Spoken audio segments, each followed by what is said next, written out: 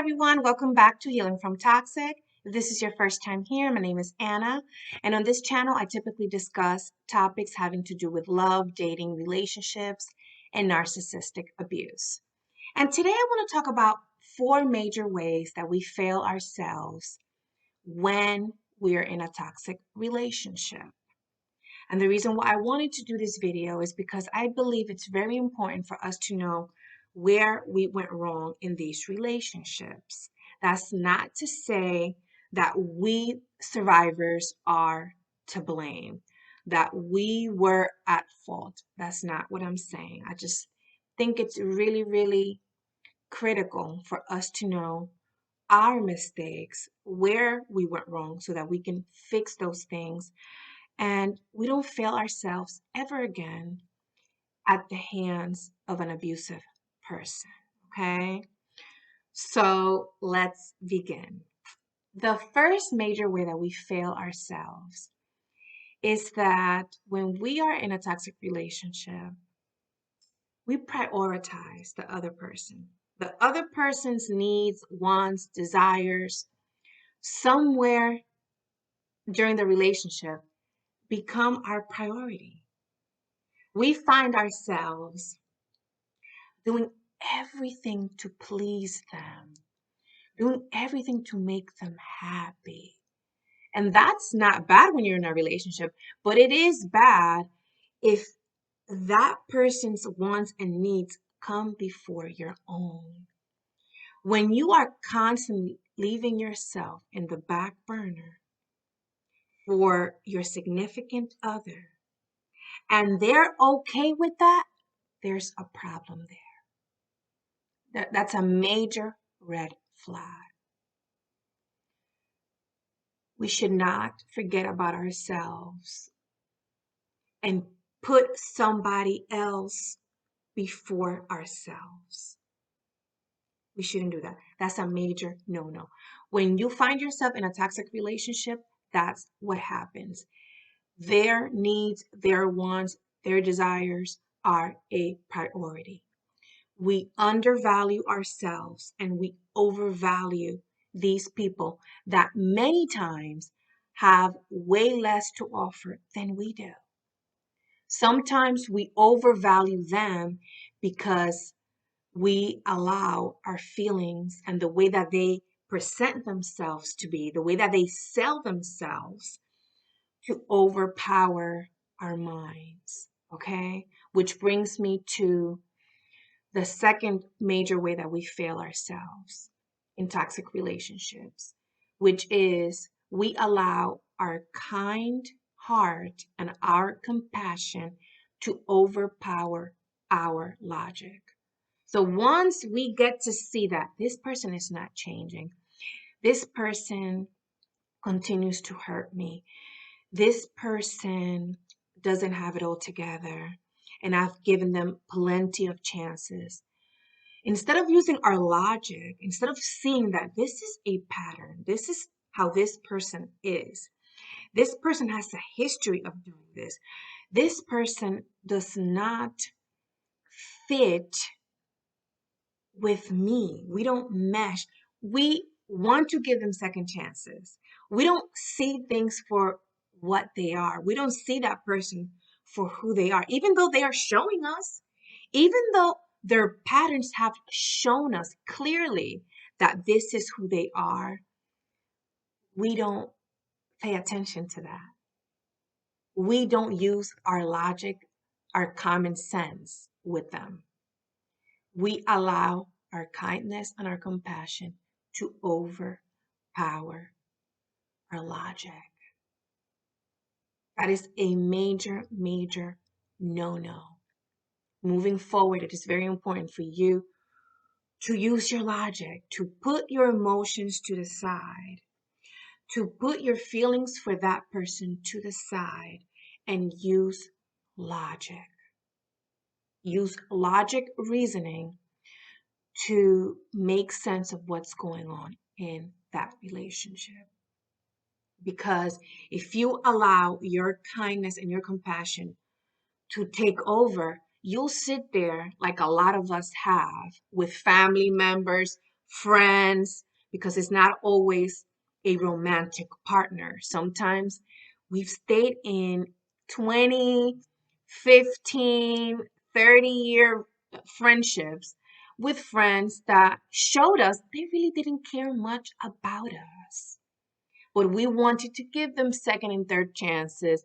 We wanted to believe that they really didn't mean it. Even though they continued to do it, we believe, or we want to believe, that they're being truthful, that they're being honest, that they really didn't mean to hurt us, that they mean what they say, even though their actions have spoken otherwise. So moving forward, let's keep that in mind. We need to use logic, not our hearts, not our feelings. We need to use our logic moving forward when it comes to people in general. Because when you have a kind heart, when you are a very compassionate person, abusers will abuse you. They'll take advantage of that heart. They'll take advantage of your compassion, and they will use it against you, to where you are more inclined to continue to be compassionate and kind. And sometimes they tell you that. They tell you, what I love about you is your compassionate heart. I love that you're so loving. I love that you're so forgiving. They will use that to manipulate you into a way that, well, this is what he or she loves about me. They love this. I must continue to give them what they love. This is how abusers win, okay? They abuse the fact that you are an amazing person, a great individual. They abuse that, okay? So it's important for us to, moving forward, use our logic, okay? That's the second major way that we fail ourselves. Another way that we fail ourselves is that we somehow become dependent on this toxic person for validation and for our source of happiness. We fail ourselves every time that we need an outside source to validate us in any way, to validate our opinions, to validate who we are as a person, to validate our feelings, to any time that we need an outside source to validate us, we're going to hurt ourselves and we fail ourselves because we should validate ourselves. We should find happiness within. Anytime that we look for other people, for groups of people to love us, to accept us, to make us feel worthy, to make us feel valuable, we fail ourselves. Yes, it is great when people love you. It is amazing to feel loved by other people. It feels good to be understood, but you have to be able to value yourself, to feel worthy, to understand yourself. And even when you don't get yourself 100%, to give yourself the benefit of the doubt, to understand that, I may not have it all together, but I'm headed there and I believe in myself. You must be there for you, even if no one around you is, even if no one validates you, even if no one supports you, even if no one is bringing happiness towards your life, you need to be able to do that for yourself.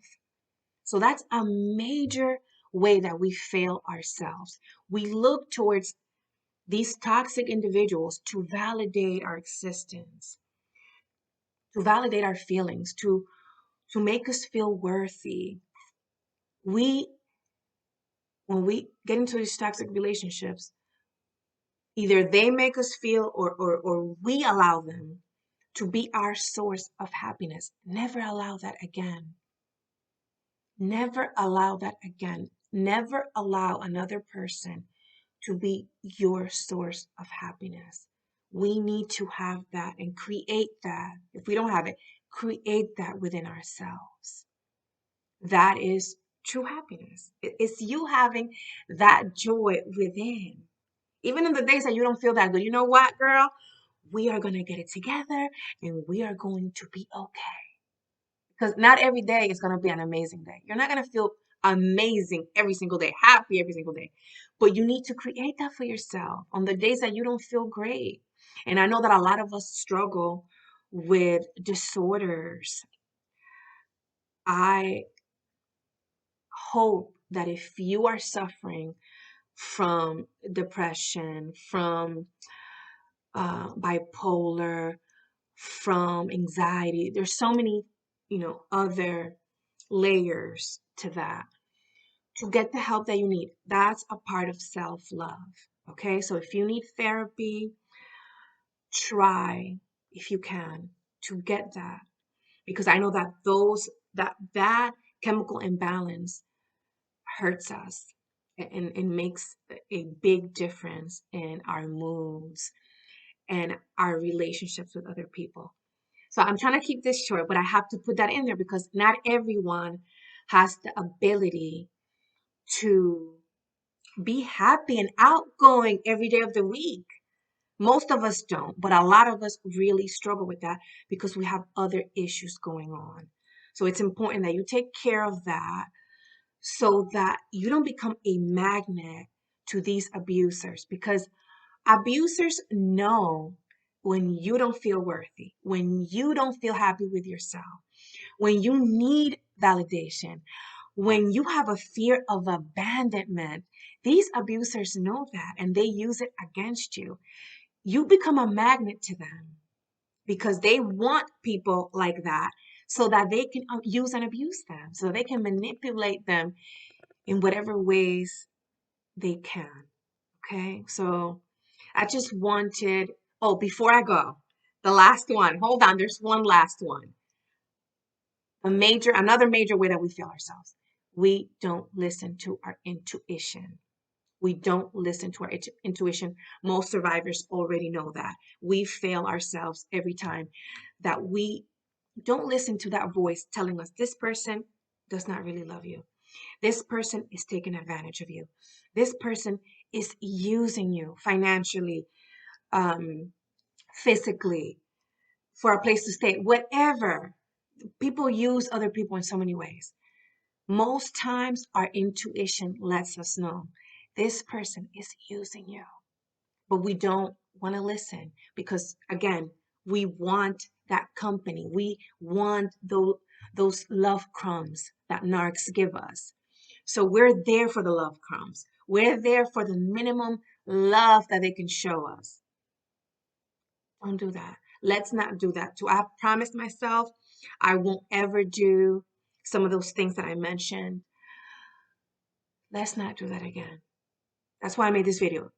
For us to recognize where we went wrong so that we understand it, so that we know it, so that moving forward, we don't fail ourselves in that way, because we deserve love. We deserve happiness.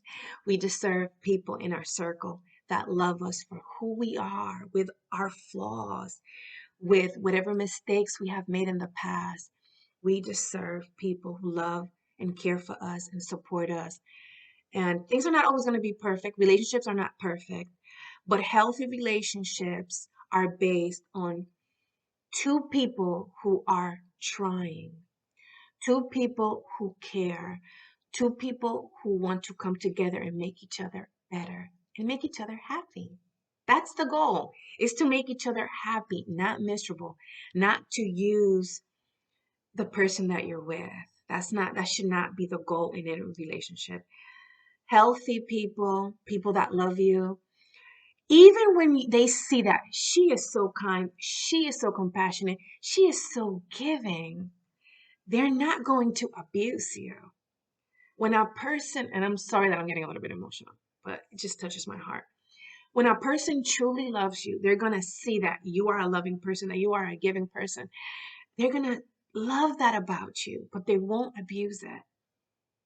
They will appreciate what you do, but they're also going to give back to you. they are going to pour into you as well. Know that.